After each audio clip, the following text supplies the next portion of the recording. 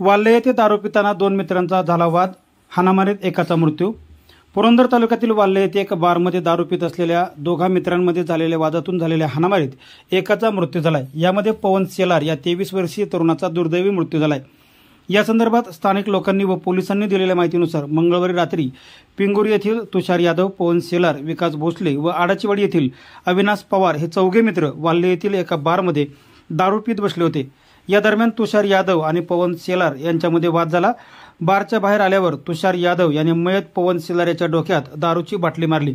यानंतर त्याच्या डोक्यात विटा मारून त्याला गंभीर जखमी केले।